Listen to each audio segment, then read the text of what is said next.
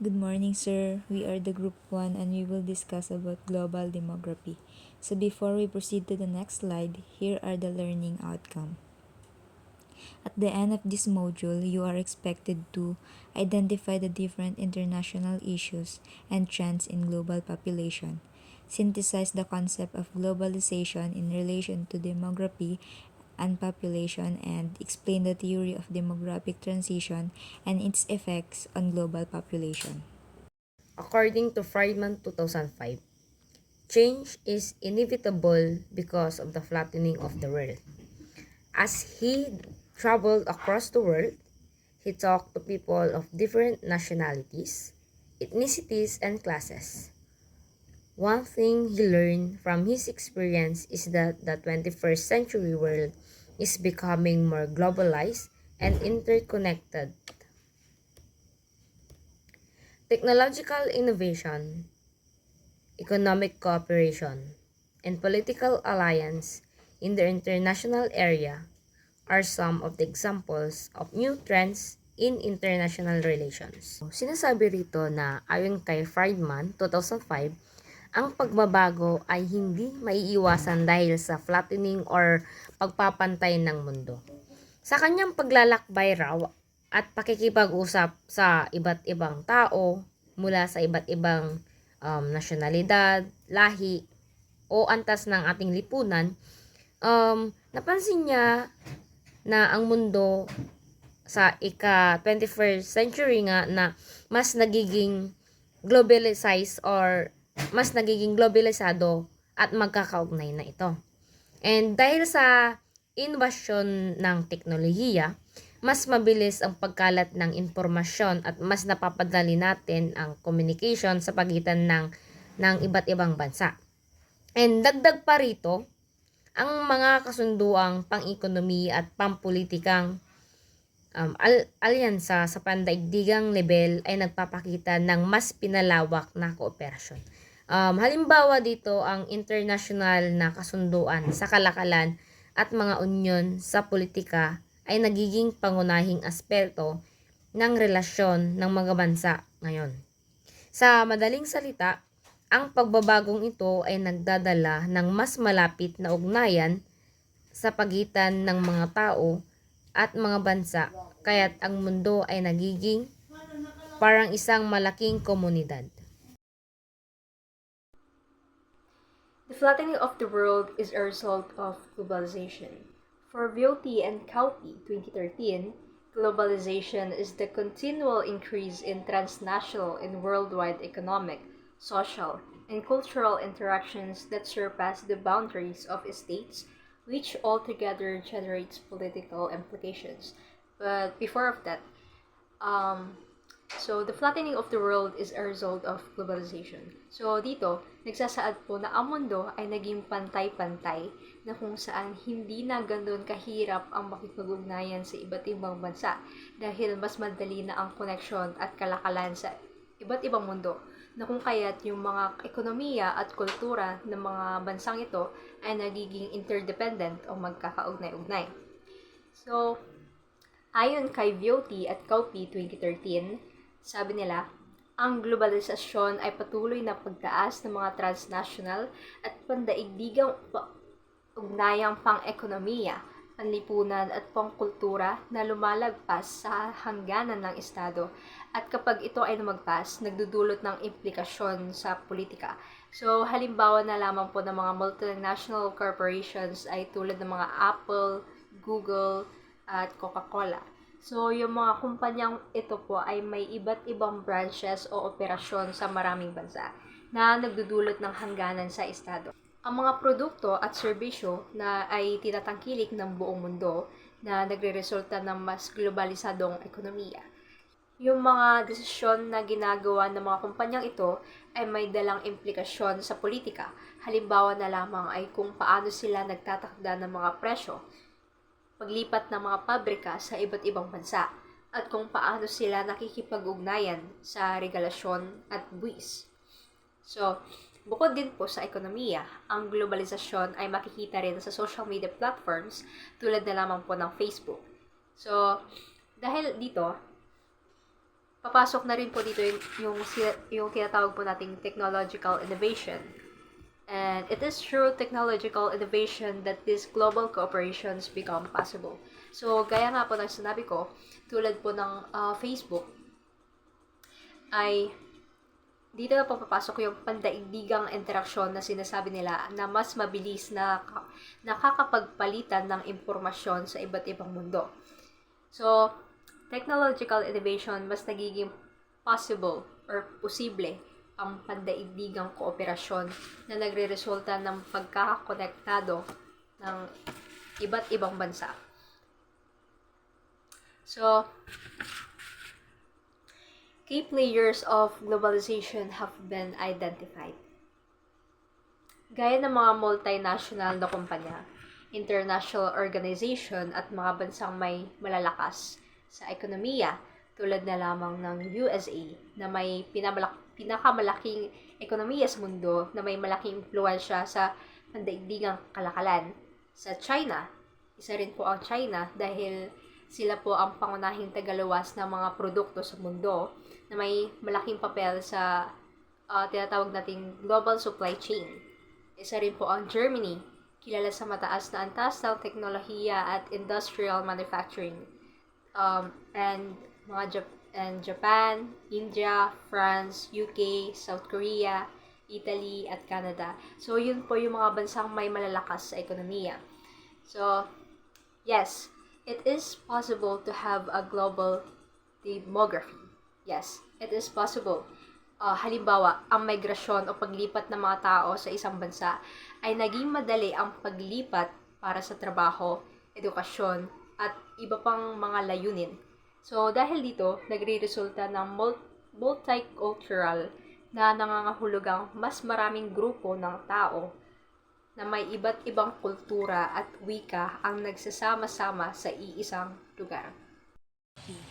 Demography is a field in statistics that is concerned with births, deaths, income, or the incidence of disease, which later illustrates the changing structure of human populations. In the context of political science, demography is a statistical study to determine world population that can be used as a tool to identify certain phenomena in geopolitics, public administrations, and others. The changing perspective on technology and technological advancement and the movement of international organizations have made the world global civil society. The constant evolution of economic production, development of political agreement of states, and the factors affecting local growth were adapted in the world stage. So, ang demography o demografiya ay isang estadistika na pag-aaral ng populasyon na may aspeto ng kasarian, edad at kabuuang dami ng tao dito sa bansa. Mahalaga ang demografiya sa isang bansa upang matukoy kung ilan ang porsyento ng kabataan o mga tao dito sa bansa. Sa pamamagitan ng demografiya, nalalaman natin kung gaano kalawak ang populasyon sa mga urban na lugar gaya ng Maynila kumpara sa probinsya. Halimbawa, kapag mataas ang porsyento ng mga kabataang edad 18 at 25 sa isang lugar, maaaring palakasin ang mga programang pang-edukasyon at mga oportunidad sa trabaho para sa kanila. Ang demografiya ay nagsisilbing gabay sa pagpaplano at pagpapabuti ng mga serbisyong pampubliko at pribado ayon sa pangangailangan ng populasyon. Global City Society.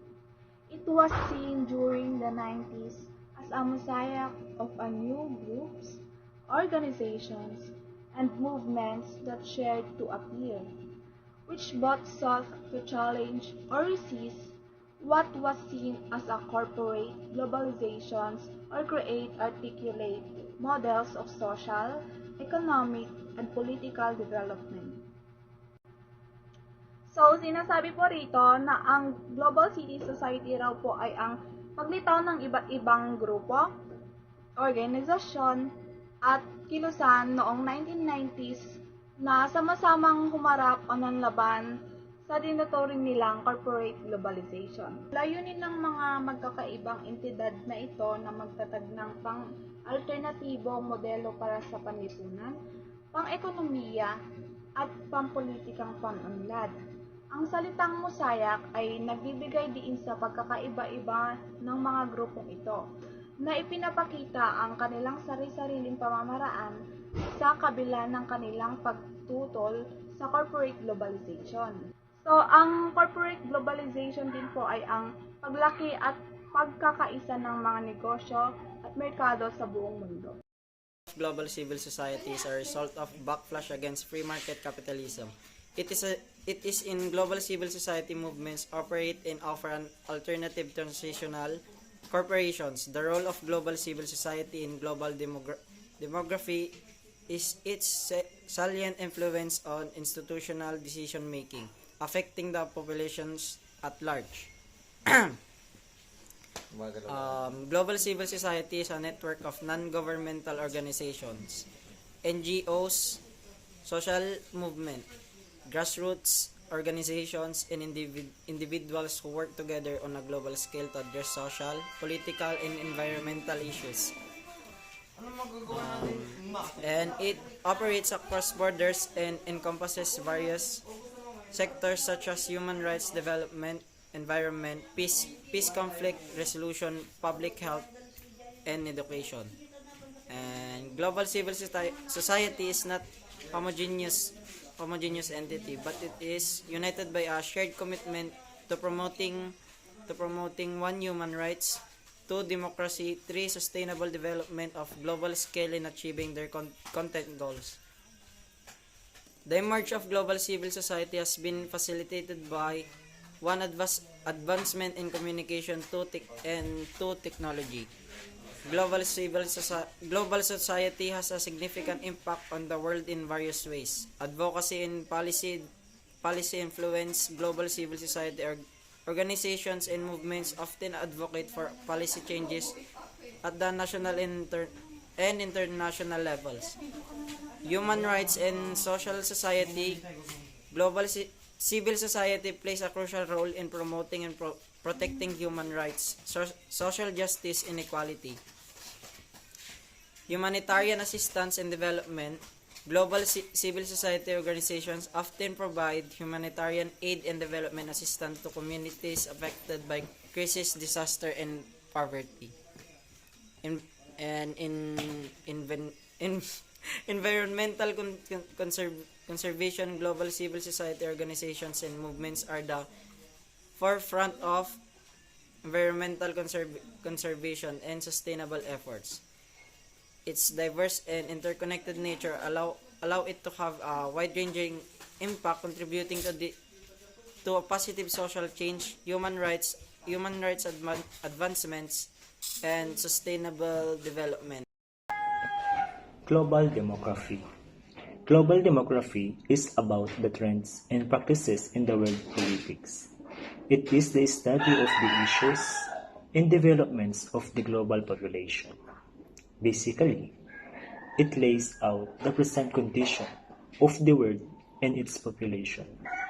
To understand this concept, setting an example of current world issues in humanitarian crisis can be done. In addition, this idea is also a tool in understanding migration and global citizenship. Kapag sinabi po nating global demography, ito po ay tumutukoy sa trends and practices sa mundo ng politika. At ito ay pag-aaral ng mga issue at pag-unlad ng pandaigdigang populasyon. Halimbawa na lamang ay ang paglaki ng populasyon sa ating mundo ay isang malaking suliranin. Dahil sa patuloy na paglaki ng populasyon ng tao, nagdudulot ito ng kahirapan dahil mas lumalaki ang pangangailangan ng isang bansa na siyang nagiging dahilan sa paglaki ng porsyento ng mga taong nagkakaroon ng sakit na malnutrisyon.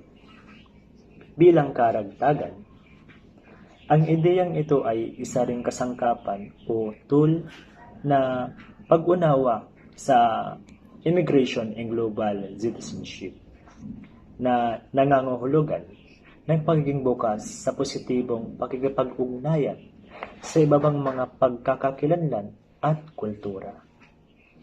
At ito rin ay tungkol sa kung paano natin ginagamit at ibinabahagi ang mga yaman ng mundo ng patas at itinataguyod ang mga karapatang pantao ng lahat. Ronald Lee, 2003, said that demography is currently in transition. The mortality rates decided by following fertility, causing population growth rates to accelerate and then to slow down again. This demographic transition leads to slow fertility, long life, and old population. Pinapaliwanag ni Roland Lee noong 2003 na ang demografiya ay sumasailalim ng isang malubhang pagbabago.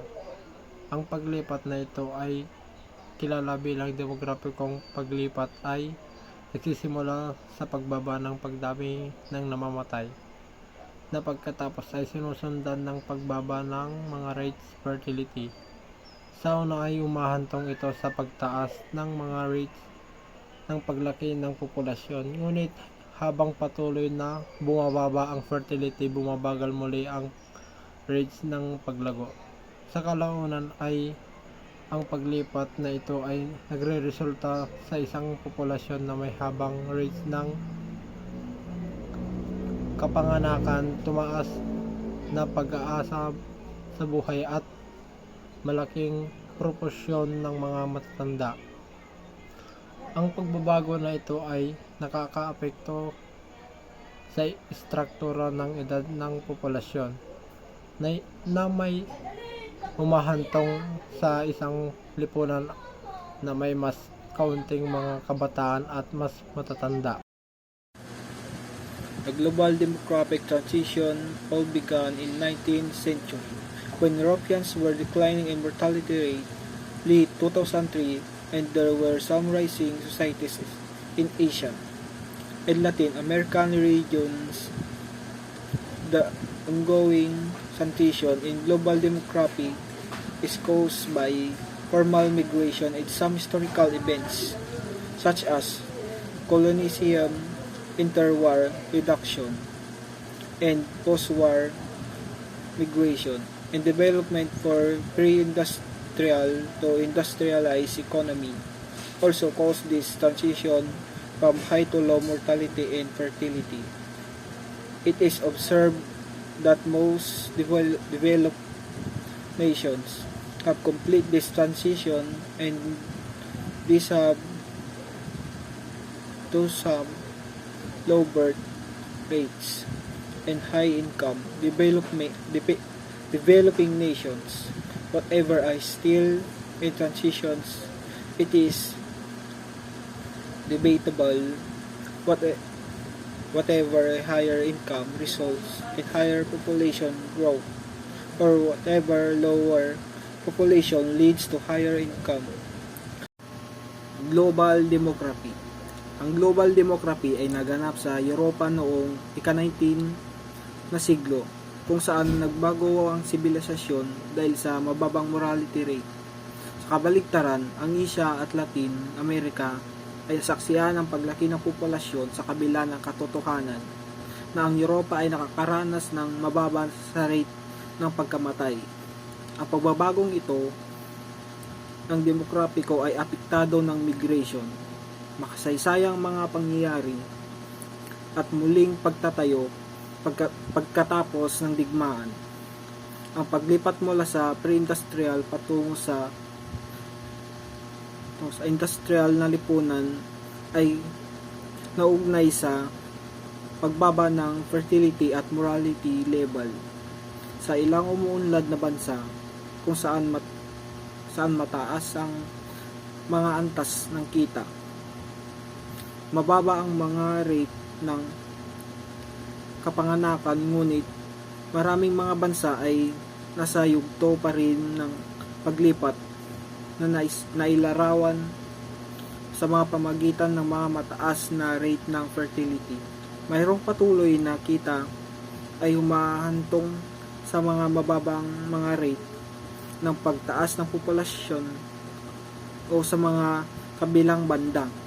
Inaasahan na ang mga rate ng fertility ay mababa din sa taong 2100 na nagpapahiwatig na magkakaroon ng pagpapatuloy na pagbabago sa pandaigdigang struktura ng populasyon. Ito naman ang ibig sabihin ng fertility. Ang fertility at morality ay parehong mga salik na nakakaapekto sa paglaki ng populasyon. Ngunit may iba't ibang kahulugan ng mga ito. Ang fertility ang bilang ng mga anak ng isang babae kung ububuhay siya hanggang sa katapusan ng kanyang mga taon ng panganganak. Ang pagkamayabong ay sinukat ng mga bata bawat babae, at ang morality naman ay ang bilang ng mga namamatay sa isang populasyon sa isang takdang panahon. Ang mortalidad ay kilala rin bilang kamatayan. Karaniwang itong kinakatawan bilang rate sa bawat 1,000 tao na tinatag na death rate. Lee 2003 explained that the transition to low mortality rate was influenced by the reduction of contiguous and inflector. This is caused by advancement in medicine and improved nutrition because of the presence of local and international markets due to better transportation of goods. Meanwhile, the factor that led to low fertility rate are the preference over child survival, that number of child births, and the assumption that raising children is the more costly than the consumption of goods, as children render less economic contribution due to years spent of education.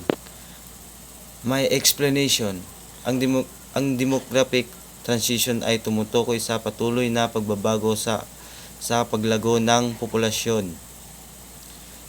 Fertility or mortality na inaasahang magpapatuloy hanggang 2100, Lee 2003. Malawak ang mundo, ngunit madalas na hindi ito ganap na naunawaan kung saan labis na naiisip ng mga tao. Ang komplikasyon nito, ang globalisasyon ay nagdala ng maraming hamon tulad ng maraming ng economic bubble sa iba't ibang rehiyon, mga labanan, transnational na krimen, pagbabago ng klima at migrasyon. Nag-start noong 2014 tungkol sa mga individual na may mataas na yaman ay nagpapakita ng pamamahagi ng mga mayayaman sa iba't ibang bansa. Ang Estados Unidos ang nangunguna ng malaki ng sinusundan ng Japan, Germany, China at United Kingdom. Global demography is a series of events in population growth, fertility, and mortality rate of the past years, decades, and centuries. This demographic transition is a ongoing event in history. It will end in 2100, late 2003. The world is bigger than what people know about it, but it is smaller than how they perceive it. There are a lot of issues and crises along the road of globalization, the economic bubble in some part of the world, wars in different states of every region, the existence of transnational crimes, climate change, and migration. Global demography is a crucial issue that we're facing right now, like age birthing, easily to kill someone, migration, even the politics. This issue is a cycle in our generation.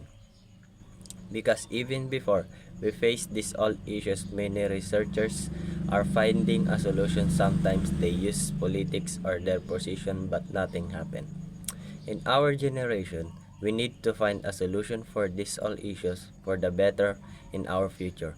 How we find a solution easily? We need to start in ourselves. Yung naging problema, katulad ng populasyon, di ba nag-increase ang populasyon dito sa mundo, fertility, growth at morality. Yung mga bagay na yan ang mas lalong tumataas ang mga kaso ng ganyan kahit noon pa. At patuloy na naipapasa hanggang sa generation natin. Paano nyo kaya susolusyon ang mga bagay na yan o paano nyo ba magagawa ng paraan para mabawasan ang pagtaas ng mga kaso na iyan? So today we will talk about global demography. Global demography refers to the study of population trends including birth rates, death rates, and migration patterns on global scale. A global demography is a complex and dynamic field that influences various aspects of society, including economics, politics, and environment. Understanding global demographic trends is crucial for policymakers and researchers to address challenges and opportunities related to population growth and reduce allocation and social development. So why demographic global demographic is complex and dynamic.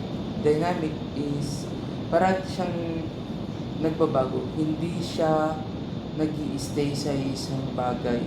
And complex kasi nga dahil pabago-bago ito, madami din namang nangyayari na hindi natin malaman na maaari din naman ito makatulong para maayos yung mga bagay katulad na pagre-research at para ma-address nga ito mga problema na ito and maka-open ng opportunities related sa population growth and resource allocation is parati nila itong